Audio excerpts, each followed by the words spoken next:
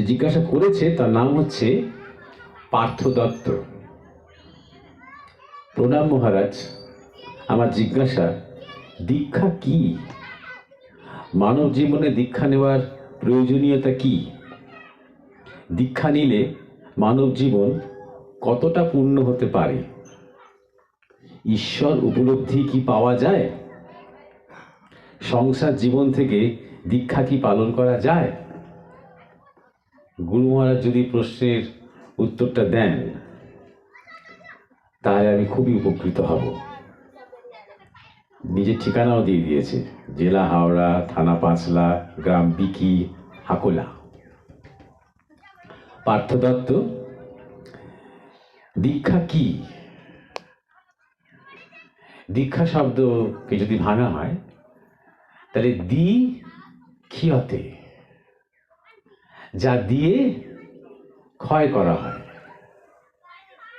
কি দেওয়া হয়? শুধুমাত্র যে একটা শব্দ দেয়া হলো বা বীজ দেয়া হলো তাই নয়, তার সাথে একটা শক্তি প্রদান করা হলো। দি, দেওয়া, দান, এসবেরই একই উৎস। বীজ, ওই একই বীজের যে শব্দটা, সেটা আমি কোনো একটা গ্রন্থ থেকে বা শাস্ত্র থেকে বা পুঞ্জিকা থেকে আমি পড়তে পারি, পড়ে সেটাকে আমি জপ করতে পারি। কিন্তু যখন গুরু বা সদ্গুরু দীক্ষার সময়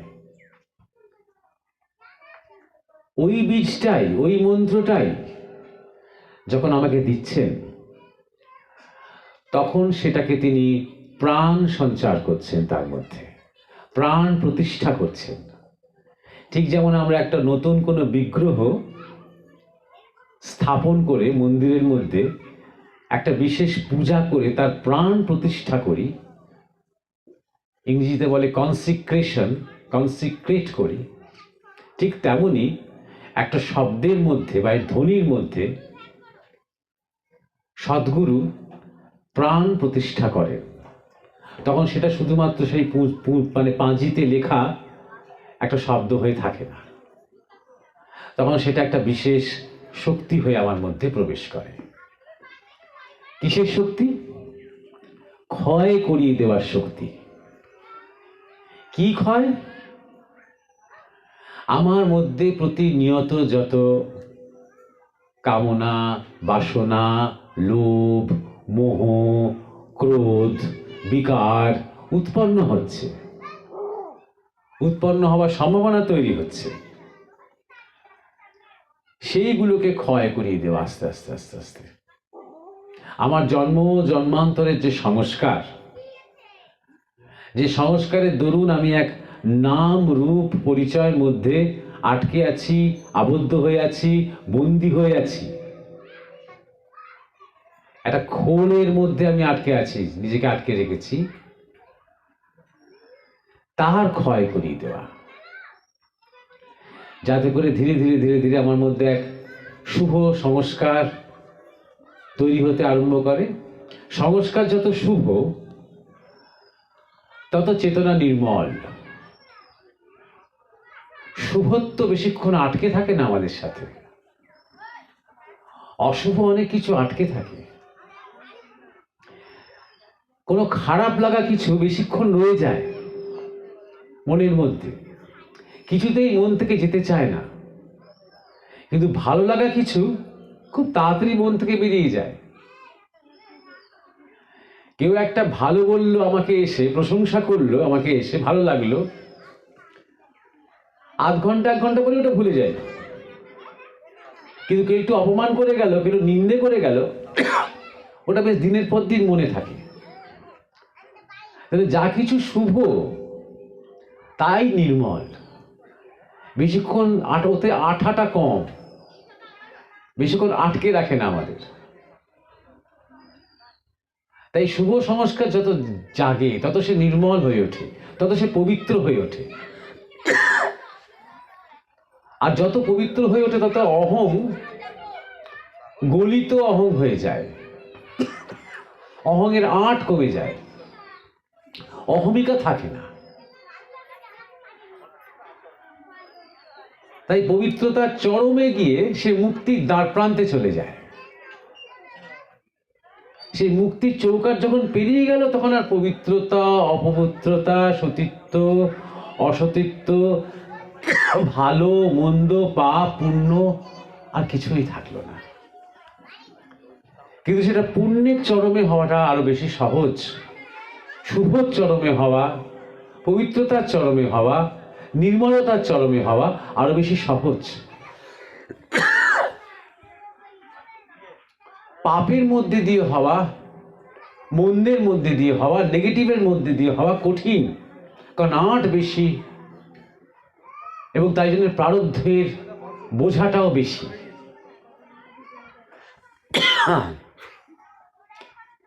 তাই জন্যে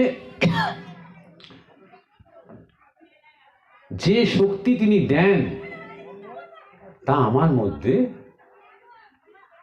যা কিছু আমাকে বদ্ধ করে রাখছে, আমার মুক্তির পথে আমাকে এগোতে সামনে কাঁটা বিছিয়ে দিচ্ছে, সেই প্রতিবন্ধকতাগুলো কাটাতে বা ক্ষয় করতে যে শক্তি সাহায্য করে, তাই প্রদান করা হয় এবং তাকেই দীক্ষা বলা হয়। এইবার তুমি জিজ্ঞাসা করেছ যে দীক্ষা নেবার প্রয়োজনীয়তা কি? অনেকটা নিশ্চয়ই প্রথম মীমাংসাটার মধ্যেই সে উত্তরটা লুকিয়ে আছে।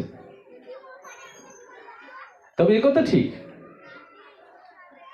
কেউ জন্মেছে মানেই কিছুদিন পরে তাকে দীক্ষা নিতেই হবে, কম্পালসারি, ম্যান্ডেটরি এমন কিছু নয়। বরং সেভাবে দীক্ষা না নেওয়াই ভালো। সে তখনও তৈরি হয়নি তার জন্য, তখনও দীক্ষা মানে কি সে জানে না। মা বাবা তাকে বলছে চল দীক্ষাটা নিয়ে নে, সে গিয়ে নিয়ে নিল।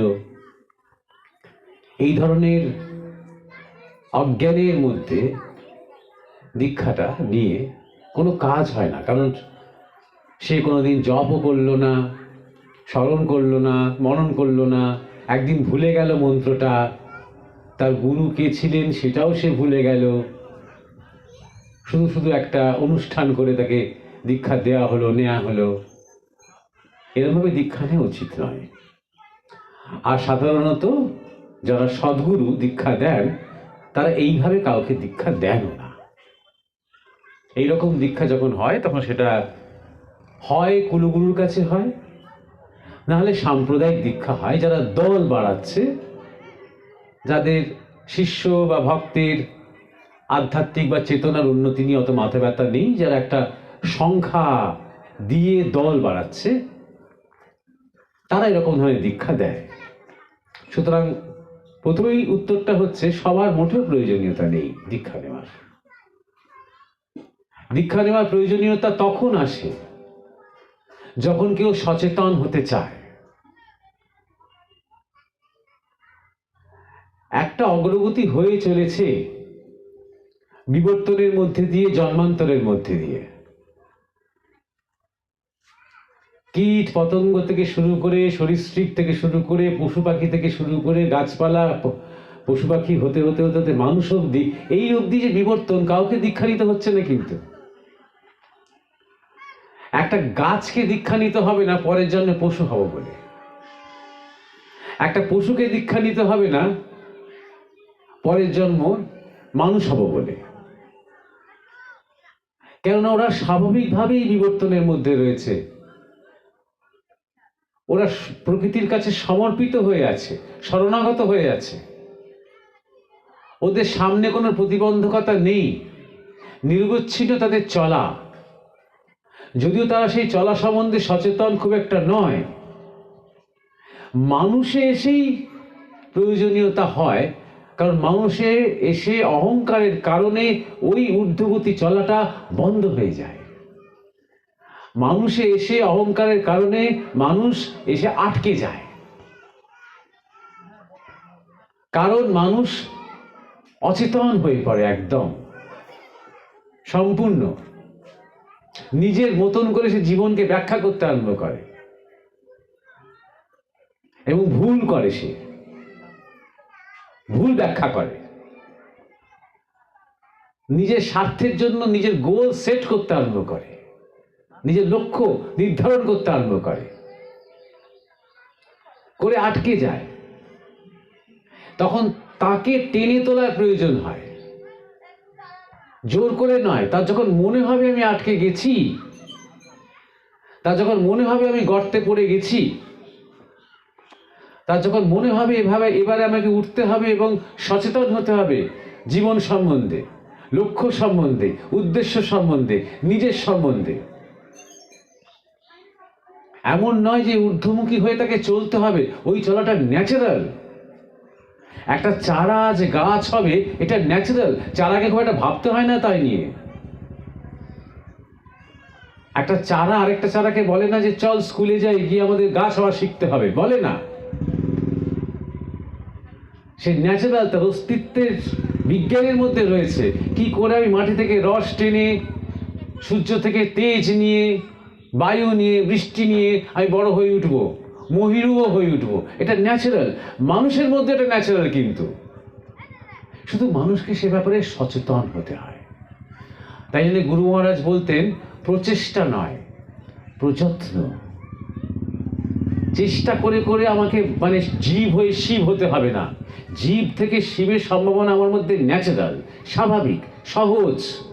প্রযত্ন করো, তাকে যত্ন করো। মানুষ যখন সেই যত্নটা করতে উদ্যোগী হয় তখন তার জীবনে দীক্ষার প্রয়োজনীয়তার প্রশ্নটা ওঠে। নাহলে গিয়ে শখ করে দীক্ষা নিয়ে নেওয়ার কোনো দরকার নেই। অনেক মা বাবারা এসে আমাকে বলে, এবারে ভাবছি এবার মেয়েকে আপনাকে দীক্ষা নিয়ে নেবো। আমার মেয়ে কি বলছে আগে দেখো, বিয়েটাও একদিন এইভাবেই দেবে, মেয়ে বিয়ে দিয়ে দেবো, ছেলে বিয়ে দিয়ে দেবো, ওরা কিছুই করবে না। ওরা শুধু পিড়িতে গিয়ে বসবে, সাজবে। দীক্ষাটাও যেন তাই, নতুন নতুন কাপড় টাপড় নিয়ে চল, আসন নিয়ে যা, ওখানে বসে পড় সামনে, এরকম অচেতন ভাবে নয়। যখন জীবনের সাধনা করব, সচেতন হব, চোখ খুলে চলবো, এবার এইরকম একটা বৃত্তি বা প্রেরণা কারোর মধ্যে কাজ করে, তখন দীক্ষা নেওয়ার প্রয়োজনীয়তা আসে। না হলে যদি সেই রকম আগ্রহ বা প্রেরণা তোমার মধ্যে এখনো না জেগে থাকে পার্থ, তাহলে দীক্ষার কোনো প্রয়োজন নেই। আচ্ছা, ভালো আছো, থাকো না। জ্ঞাতসারে অজ্ঞাতসারে চলছো তুমি তোমার জীবনে তোমার মতন করে। যখন তোমার ভেতরে সাধনা স্পৃহা জাগবে, তখন এই দীক্ষা নেওয়ার কি প্রয়োজন, এই জিজ্ঞাসাটা তোমার মধ্যে থাকবে না। তখন তোমার মনে হবে যে একটা গাইডেন্স দরকার, একজন কোনো পথ প্রদর্শক দরকার। তখন মনে হবে যে তোমার জমিটা পড়ে আছে, পরিত্যক্ত হয়ে আছে, আবাদ করতে হবে। এমন নয় যে সেই জমিটা ফেলে দিয়ে নতুন একটা জমি ওখানে বসাতে হবে, তোমার জমিটাই আবাদ করতে হবে। আবাদ করলে ফলতো সোনা। তখন তোমার মনে হবে, অটোমেটিক্যালি তোমার জীবন তখন ধাবিত হবে গুরুর দিকে, দীক্ষার দিকে। তারপরে জিজ্ঞাসাটা তোমার হচ্ছে, দীক্ষা নিলে মানব জীবন কতটা পূর্ণ হতে পারে? অত্যন্ত বোকা বোকা জিজ্ঞাসা, আহাম্মকের মতো। নির্ভর করছে যে দীক্ষার্থী তার উপরে। আর পূর্ণতার কোনো অঙ্ক হয় নাকি যে 40 পূর্ণতা হতে পারে, 65 পূর্ণতা হতে পারে? এটা কি উচ্চ মাধ্যমিকের রেজাল্ট নাকি যে কতটা পূর্ণতা আবার এতটা কতটা হয় নাকি? জগতে সবকিছুই পূর্ণ। ঠাকুর শ্রীরামকৃষ্ণ বলতেন, অন্ধকার ঘরে যখন একটা দেশলাইয়ের কাঠি জ্বলে ওঠে, তখন কি একটু একটু একটু করে অন্ধকারটা কাটে নাকি? একবারই সবটা দেখা যায় তখন। তাই যখন অতৃপ্তি বা অজ্ঞানতা বা মায়া বা অহংকার বা অন্ধকার যখন কাটে, একটু একটু করে কাটে না। 5% কাটলো, 10% কাটলো, 15% কাটলো। দীক্ষা নিয়েছিলাম বলে আমার 22% কাটলো, তুমি নাওনি বলে তোমার 6% কেটেছে, এরকম ধরনের ব্যাপারটা নয়। কতটা এতটা বলে ব্যাপারটা নয়।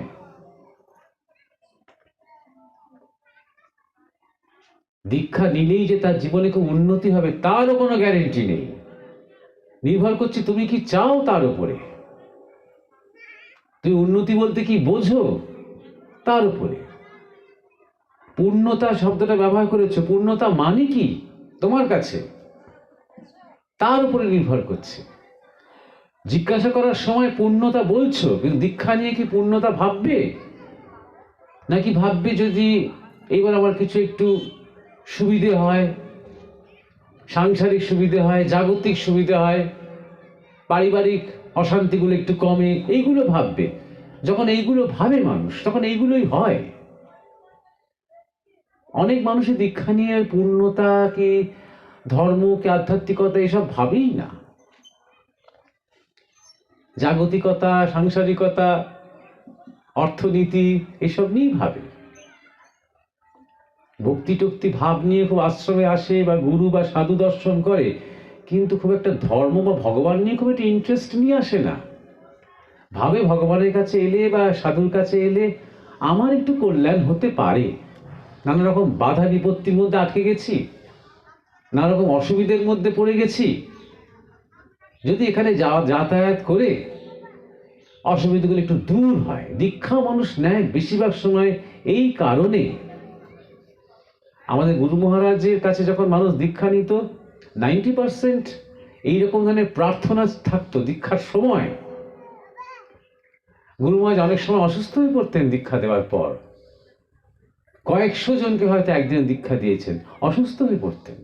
কারণ বলতেন যে মানুষের এত কামনা বাসনা, আর দীক্ষার সময় তার মধ্যে কামনা বাসনাগুলো সে ইচ্ছা করে বেশি মনোনিবেশ করে, কারণ সেগুলো সে পূরণ করতে চায়। আমাকে সেই লেভেলে নেমে আসতে হয়, তার লেভেলে, তার এই কামনা বাসনাগুলো পূরণ করার লেভেলে নেমে আসতে হয়। সে সেটাই চাইছে বলে। এই কামনা বাসনাগুলো করো না, অন্য কামনা বাসনা করো করো, এইটা গুরুর কাজ নয়। এগুলো খুব সূক্ষ্ম বিজ্ঞান। তার এই কামনা বাসনাগুলো মিটতে মিটতে মিটতে মিটতে একদিন সে আর সাংসারিক কামনা করবে না। ঈশ্বরের জন্য তার মধ্যে একটা আকুতি তৈরি হবে। এই প্রসেসটাকে ত্বরান্বিত করার জন্য আজকে যদি তাকে কামনা বাসনাটাকে একটু সাইডে সরিয়ে দিয়ে জোর করে ঈশ্বরের ভাবটা ঢোকানোর চেষ্টা করা হয়, তাতে হিতে বিপরীত হবে। দমন হয়ে থাকলো, সেই দমন থেকে আবার পরে জাগতে আরম্ভ করবে। তার চেয়ে যা যা কামনা করছিস কর, পূরণ হোক সেগুলো। আর 5 জনের থেকে একটু তাড়াতাড়ি সেগুলো হয়তো পূরণ হবে। আরো কামনা জাগলো, বেশ, পূরণ হোক। আরো জাগলো, বেশ। তারপর মোটামুটি যখন মনে হলো হ্যাঁ, জীবনে যা যা পাওয়ার, যা যা মানুষ পেতে চায় মোটামুটি হলো, এইবার যার কাছে শুধুমাত্র ওই শাক চেয়েছি, মূলো চেয়েছি, ঘর চেয়েছি, বাড়ি চেয়েছি, হ্যাঁ, তাকেই তো মনে হচ্ছে সবচেয়ে প্রিয়জন, কারণ তিনি তো সব দিচ্ছেন। এবার তাকে চাই, ভক্তিটা চাই। এই প্রসেসটাকে ত্বরান্বিত করার জন্য গুরুকে, সদ্গুরুকে তার লেভেলে নেমে আসতে হয়, এবং সেটা তার পক্ষে খুব কষ্টকর হয়। অসুস্থ হয়ে পড়তেন গুরু মহারাজ। আবার উল্টোটাও হয়, 2% কি 5% হয়তো শুধুমাত্র আধ্যাত্মিক কারণে তার কাছ থেকে দীক্ষা নিচ্ছে, শুধুমাত্র সে সাধনা করবে বলে, আত্মজ্ঞানের জন্য। তখন গুরুর মধ্যে একটা প্রচন্ড শক্তি সঞ্চার হয়। তিনি শক্তি প্রদানও করেন, আর তার মধ্যেও শক্তি সঞ্চার হয়। তার শরীরে স্ফূর্তি জাগে, আনন্দ জাগে, উৎসাহ আসে, এটাও হয়। কিন্তু এই পার্সেন্টেজ অনেক কম। তাই জন্য বলছি, দীক্ষা মানে কোনো ম্যাজিক নয়, তোমার উপর নির্ভর করছে। তুমি যদি দীক্ষার্থী হও, তোমার উপর নির্ভর করছে তুমি পূর্ণতার পথে কতটা এগোতে পারবে। কতটা পূর্ণ হবে না হবে ওরকম নয়, কতটা তুমি এগোতে পারবে, কতটা তুমি এগোবে। একদিন যে তুমি এতটা তুমি এগিয়ে এসেছো, কোনো একটা অবস্থা থেকে আজকে তুমি পার্থ দত্ত হয়েছো, করে তুমি হোয়াটসঅ্যাপে কিংবা মেসেঞ্জারে কিংবা ইউটিউবে জিজ্ঞাসা করতে পারছো, এই অবধি যে এগিয়ে এসেছো তোমার ইচ্ছাতে এসেছো, তোমার চাওয়াতে এসেছো। এরপরে তুমি যে এগিয়ে যাবে তোমার চাওয়ার উপর নির্ভর করছে, তোমার ইচ্ছার উপর নির্ভর করছে সেই এগিয়ে যাওয়াটা। এরপরে তুমি জিজ্ঞাসা করেছ ঈশ্বর উপলব্ধি কি পাওয়া যায়?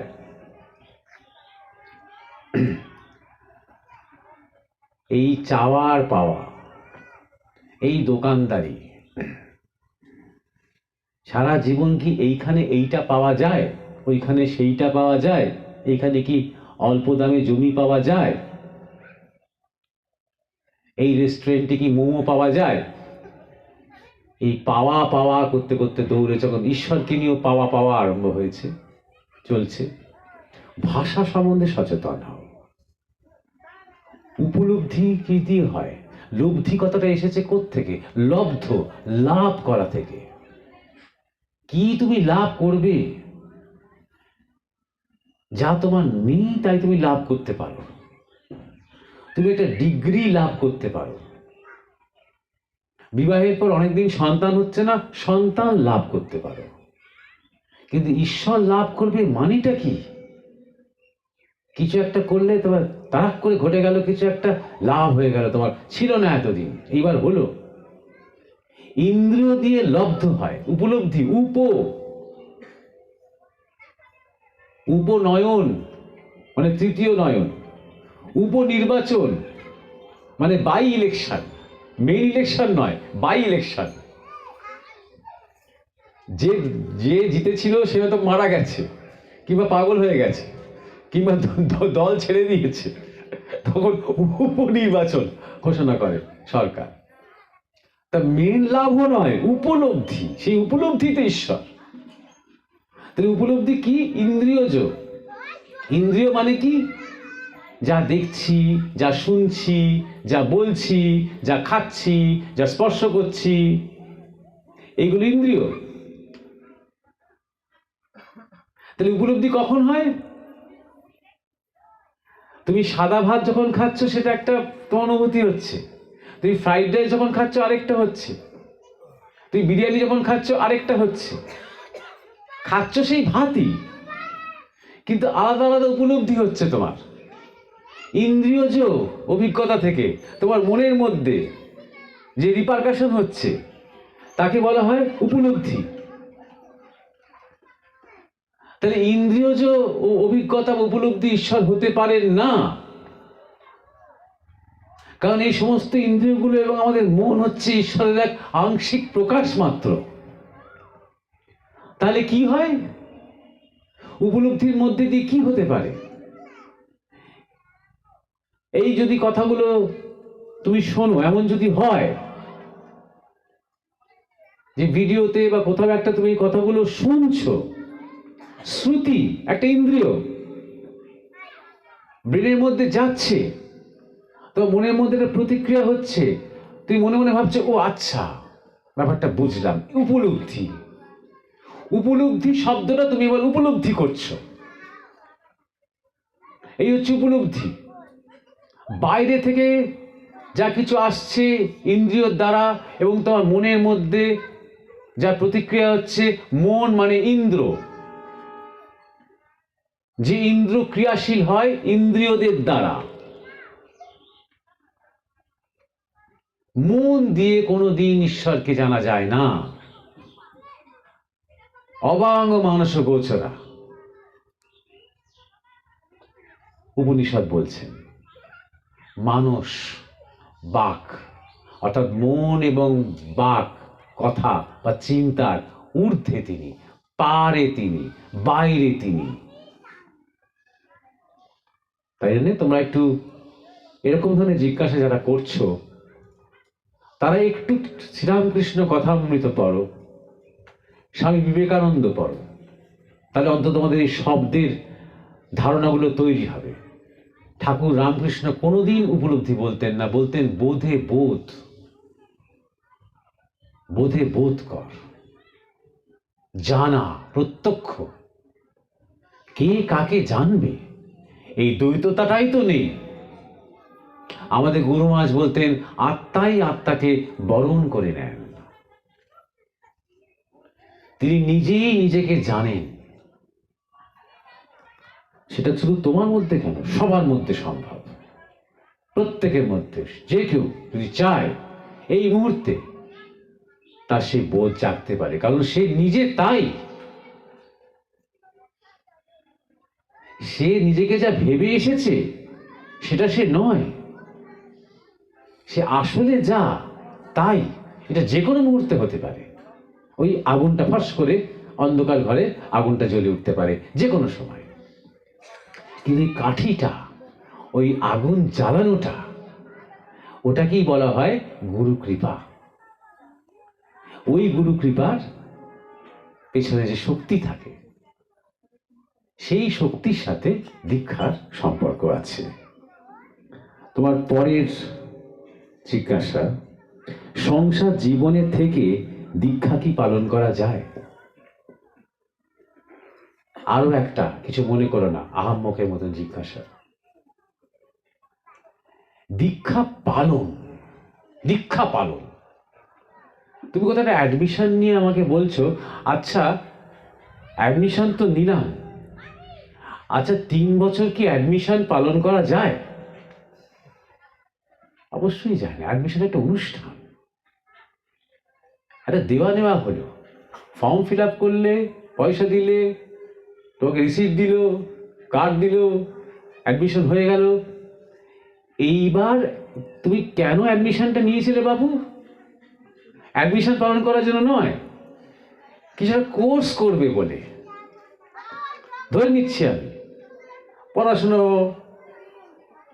বা সঙ্গীত বা কোনো বিশেষ কলা বা কোনো বিদ্যা, কোনো প্রযুক্তির কোর্স করবে বলে তুমি অ্যাডমিশনটা নিয়েছিলে, সেইটাকে তুমি পালন করতে পারবে কি না এটা তুমি জিজ্ঞাসা করছো। বোধহয় আশা করছি সেখানে যে ক্লাস করতে হবে, টিচারের কাছে যেতে হবে, নোটস দিতে হবে, পড়াশোনা করতে হবে, পরীক্ষা দিতে হবে, সেইটা তুমি পালন করতে পারবে কিনা সেইটা বলে তুমি জিজ্ঞাসা করছো। তাহলে বাপু অ্যাডমিশন দিতে গেলে কেন? এটা প্রশ্ন যদি থাকে তোমার। তুমি দীক্ষা যখন নেবে ধরো, তারপরে এটাকে কি পালন করা যায় যদি ভাবতে আরম্ভ করো, তা দীক্ষা তুমি নেবে কেন? পালন করব ভেবে নিয়েই তো দীক্ষাটা নিয়েছো বা নিয়েছে কেউ একজন। আর তোমাকে দীক্ষা মানে তো, আমরা যে দীক্ষা নিয়ে কথা বলছি, এটা তো সন্ন্যাস দীক্ষা নিয়ে তো কথা বলছি না। একজন সন্ন্যাসী যদি আমাকে জিজ্ঞাসা করে, সে যে সন্ন্যাস নিয়ে নিয়েছি, এবার কি বিয়ে করা যায়, ঠিক আছে, সঙ্গত এই কনফিউশনটা তার মধ্যে। যে আমি গেরুয়া নিয়েছি 10 বছর হলো, আমি একটা চাকরি করতে চাই, করা যায় কি? আমি 15 বছর আমি গেরুয়া নিয়ে একদম আমার নাম স্বামী অমুক হয়ে গেছে, অমুকানন্দ হয়ে গেছে, আমি একটা সন্তানের পিতা হতে চাই, ঔরসজাত সন্তানের পিতা হতে চাই যদি বলে, হ্যাঁ এটা তার জিজ্ঞাসাটা খুব একটা সাংঘাতিক ক্রাইসিস একটা ব্যাপার। এটা সিরিয়াসলি ভেবে চিন্তা দেখার ব্যাপার আছে। শাস্ত্র ঘেটে দেখতে হবে যে কি বলছে, আদৌ কোনো চান্স আছে কিনা। সন্ন্যাস দীক্ষার কথা তো বলা হচ্ছে না, ব্রহ্মচর্য দীক্ষার তো কথা তো বলা হচ্ছে না, দীক্ষার কথা বলা হচ্ছে, গুরু দীক্ষার কথা বলা হচ্ছে। ভারতবর্ষ থেকে শুরু করে সারা পৃথিবীতে কত মানুষ কত রকমের দীক্ষা নেয় তুমি জানো? তো সংসার নিয়ে এত ভয়ই বা কেন, বা দীক্ষা নিয়ে ভয় কেন? কোনটাকে ভয় পাও তুমি আসলে? মানে তুমি জিজ্ঞাসা করছো সাধন জীবন তুমি পালন করতে পারবে কিনা। আবার সবই তো পালন করতে পারবে, এছাড়া তুমি তো জিজ্ঞাসা করছো না যে আপনি ছোটবেলা থেকে বলছেন সকাল সকাল চান করো, সংসারী হয়ে কি চান করতে পারবো? জিজ্ঞাসা তো করছো না। আপনি বলছেন যে 12:30টার মধ্যে খেয়ে নাও, আচ্ছা সংসার জীবনে কি 12:30টার মধ্যে খেয়ে নেওয়া যায়? এটা তো জিজ্ঞাসা করছে না। আপনি বলছেন রাত্রিবেলা ঘুমো, আচ্ছা সংসারে কি রাত্রিবেলা ঘুমোতে পারে? কথা তো বলছে না, শুধু দীক্ষার ব্যাপারে কেন হঠাৎ একটা সংসারী বলে একটা ভয়ঙ্কর যেন একটা হ্যান্ডিক্যাপ্ট। আজকাল আবার হ্যান্ডিক্যাপ বলা যাবে না, স্পেশালি এবেলড বলতে হবে, বিশেষভাবে সক্ষম। হ্যাঁ, পঙ্গু বা বিকলাঙ্গ বললে এখন মানে পুলিশে ধরতে পারে। একটু ভাষা সন্ত্রাস আরম্ভ হয়েছে আজকাল, বলতেই হবে। যাই হোক, তুমি সংসারী মানে জানো বিশেষভাবে সক্ষম কেউ একজন। ভয়টা কি তোমাদের? কেউ বোধহয় মাথার মধ্যে ঢুকিয়ে দিয়েছে যে দীক্ষা নিলে আর সহবাস করা যায় না, এইরকম ধরনের একটা সংস্কার ঢুকিয়ে দিয়েছে মাথার মধ্যে। দীক্ষা নিলে সঙ্গে বান্ধবী থাকা যায় না, দীক্ষা নিলে সন্তান ছেলে বা মেয়ের মা বাবা হওয়া যায় না, শুধু ঠাকুর ঠাকুর বলে চোখ দিয়ে হাউ হাউ করে জল বার করতে হয়। আমাদের সকল ঋষিরা প্রাচীন কাল থেকে, ঋষিদের দেখো তুমি, সবাই দেখবে গৃহী। এমনকি বশিষ্ঠদেব বলা হচ্ছে 1000 সন্তান ছিল, বিশ্বামিত্র এসে তাদের সবাইকে মারলেন। আবার সন্তান বলা হচ্ছে আসলে তাদের শিষ্য, স্টুডেন্টস, কিন্তু তাদের নিজেদেরও সন্তান থেকেছে। সবাই গৃহী। হয়তো গৃহী একজন নয় যদি হয়, তিনি আবার এসে দেশের রানীকে মানে সন্তান দিয়ে যাচ্ছেন। ব্যাসদেব চলে এলেন, মায়ের ডাকে তিনি চলে এলেন, করে তিনি কয়েকজনের পিতা হলেন। অদ্ভুত একটা মানসিকতা আমাদের মধ্যে ঢুকে গেছে। সুতরাং জীবনের পথে তুমি এগোবে তোমার উদ্দেশ্যের দিকে, সেখানে সংসার একটা আশ্রম, যেটাকে তুমি সংসার বলছো, গৃহস্থ আশ্রম, ব্রহ্মচর্য একটা আশ্রম, সন্ন্যাস একটা আশ্রম, বানপ্রস্থ একটা আশ্রম। যে কোনো একটা আশ্রম তোমার জীবনের একটা চলার পথে সোপান হতে পারে। লক্ষ্য কোনোটাই নয়, লক্ষ্য একমাত্র ঈশ্বর। সুতরাং এই সমস্ত ভুল মিসকনসেপশনের ভুগো না। আজকাল আবার সারা পৃথিবীব্যাপী নানা রকমের দীক্ষা হয়। 6 মাসের দীক্ষা, 1 মাসের দীক্ষা, 15 দিনের দীক্ষা। আমি দেখেছি ইতালিতে আমাকে একজন, আমার কাছ থেকে দীক্ষা চেয়েছিল একজন, তার আগে অন্তত তার 14 বার দীক্ষা হয়ে গেছে। সে যেখানেই যায় সেখানেই দীক্ষা নিয়ে নেয়। দীক্ষাটা ওখানে ওই রকমই, মানে এমন নয়, লাইফ লং একটা কমিটমেন্টের ব্যাপার নয়, সারা জীবন। আমরা যখন দীক্ষার কথা জানতাম, সদ্গুরুর কাছে দীক্ষা নেব, সারা জীবনের এটা অঙ্গীকার, শুধু জীবনের নয়, জন্ম জন্মান্তরের। এটাই গুরু পরম্পরা বলে জানি এখনো পর্যন্ত। কিন্তু চারপাশটা দেখি, বিদেশে দেখি, ইন্টারনেটে দেখি, অনলাইনে দেখি, স্পেশাল কুণ্ডলিনী জাগরণের জন্য একটা 8 দিনের দীক্ষা হতে পারে, বা স্পেশাল অমুক চক্রটার জন্য একটা 1.5 মাসের দীক্ষা, বা অমুক একটা যোগ নৃত্য যার দ্বারা বৃত্তিশক্তিকে জাগানো যায় শরীরের মধ্যে, তার জন্য 21 দিনের দীক্ষা। মানে 22 দিনের দিন সে ভুলে যেতে পারে, গুরুকেও ভুলে যেতে পারে, আবার অন্য কোথাও চলে যেতে পারে, কোনো প্রবলেম নেই। সেটা কোনো মান অভিমানের ব্যাপারেও কাজ করে না। তার সাথে দেখা হলে হাই হ্যালো হবে, আরে তুই তো আমার শিষ্য ছিলিস, তুমি তো আমার গুরু ছিলি, এরকম কোনো আর কথাই হবে না ওদের মধ্যে। ওটা কন্ট্রাক্টের মতন একটা, যাই একটু শিখে দিলাম, তুমি ফটোগ্রাফিটা জানো, তোমাকে যে ফটোগ্রাফিটা শিখে দিলাম, দীক্ষা। আর ওই ছবি আঁকতে জানি, তুমি আমার কাছে ছবি আঁকাটা শিখে দিলে, দীক্ষা। ব্যাপারটা ঠিক এইরকম ধরনের ব্যাপার, এত কাঁচা, এত হালকা ব্যাপার, নানা রকমের হয়ে গেছে এখন। ইনিশিয়েশন বা দীক্ষা শব্দটা এখন খেলো জোলো হয়ে গেছে এখন সব জায়গায়। তাই জন্য বলছি যে যদি গুরু পরম্পরা, যে আমাদের যে ভারতের যে সনাতন যে প্রিন্সিপাল, সনাতন যে ধারা, সনাতন যে ধর্ম, সেই অনুযায়ী যদি নিজের জীবনটাকে দেখতে চাও, তাহলে জানবে ঈশ্বর বলো বা মহাপ্রকৃতি বলো, তিনি ওইভাবে বিচার করেন না যে কে সংসারী আর কে গৃহী আর কে সন্ন্যাসী কে ব্রহ্মচারী। বিচার করেন না, ওখানে কোনো বিচারই নেই। জীবনের লক্ষ্য, আমি কখনো ব্যক্তিগত লক্ষ্যের কথা বলছি না, আমি সবসময় বলছি জীবনের লক্ষ্য, জীবনের আদর্শ। এই পুরো জীবনে মহাপ্রকৃতি, এই জীবনের লক্ষ্যটা কি?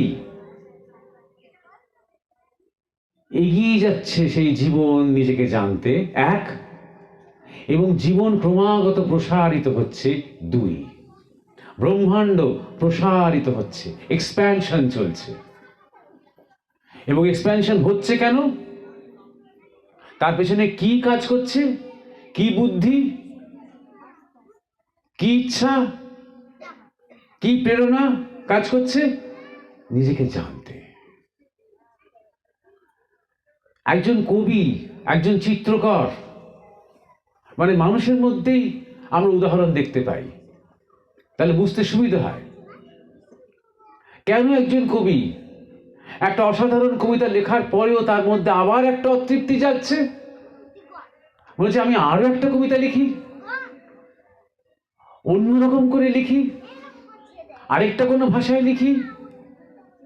একজন চিত্রকর কেন ক্রমাগত মনে হচ্ছে যে আমি আরো একটা ছবি আঁকি, আরো বড় করে, আরো সুন্দর করে, যেন আরো কিছু দেখানোর বাকি আছে, আরো কিছু বলার বাকি আছে, আরো কিছু জানানোর বাকি আছে। কেন? নিজেকে জানতে। নিজেই নিজেকে জানছেন নিজের সৃষ্টির মধ্যে, নিজের সৃজনের মধ্যে। এই জানার চেষ্টা এবং জানতে পারা একটা ব্যবধান থেকে যাচ্ছে, এবং তাই জন্য জগৎ অনন্তকালের জন্য প্রসারিত হয়ে যাচ্ছে। এই জগতের, এই বিশ্ব ব্রহ্মাণ্ডের মধ্যে এই যে অতৃপ্তির যে যাত্রা, সুন্দর এক যাত্রা। অতৃপ্তি মানে কোনো কষ্ট নয়, কোনো হাহাকার নয়, এর একটা আনন্দ আছে। এই অতৃপ্তি আমাদের মধ্যেও রয়েছে, ব্যক্তিগতভাবে প্রত্যেকের মধ্যে। একজন মা রান্না করেও সবাই ভালো বললেও মায়ের মনে হবে এটা আমি আরো ভালো করতে পারতাম গো, ইস, মনে হবে। এইটাই ঈশ্বরত্ব তার মধ্যে। আরো আরো গভীরভাবে নিজেকে খোঁজা, নিজেকে পাওয়া, সম্ভাবনাকে কোথাও একটা বুঝতে পারা, এর চেয়েও সম্ভাবনা আছে। সেই গতির দিকে নিয়ে যাওয়াই হচ্ছে আমাদের জীবন, আমাদের যাত্রা। এবং তার জন্য একটা সময় আসে যখন মনে হয় একটু পথ দেখানোর জন্য কাউকে দরকার আছে। আমার মধ্যে যে শক্তি রয়েছে সম্ভাবনা হয়ে, সেই শক্তিকে জাগানোর জন্য যেন কিছু একটা পাওয়ার আছে, প্রেরণা আছে। এবং তখনই দীক্ষার প্রসঙ্গটা আসে। সেই ব্যাকুলতা যখন জাগবে সাধনার জন্য, পথ চলার জন্য, সচেতন হওয়ার জন্য, গুরুর জন্য, তখন এই জিজ্ঞাসাগুলো আপনি অন্তরে অন্তরে দেখবি মীমাংসা হয়ে গেছে। ওই ব্যাকুলতায় মীমাংসা করে দিচ্ছে। ব্যাকুলতা এখনো পুরোপুরি জাগেনি বলি এরকম ধরনের জিজ্ঞাসা উঠছে। এগুলো এক ধরনের ইন্টেলেকচুয়াল কৌতূহল, একটু বুঝে নেওয়ার চেষ্টা করছে বুদ্ধি দিয়ে। যখন ভেতরে ভেতরে সত্যি করে সাধনার এবং অন্তর্মুখী হওয়ার সে আগুনটা জ্বলতে আরম্ভ করবে, ওইটা জানবে তোমার দীক্ষা শুরু হয়ে গেল।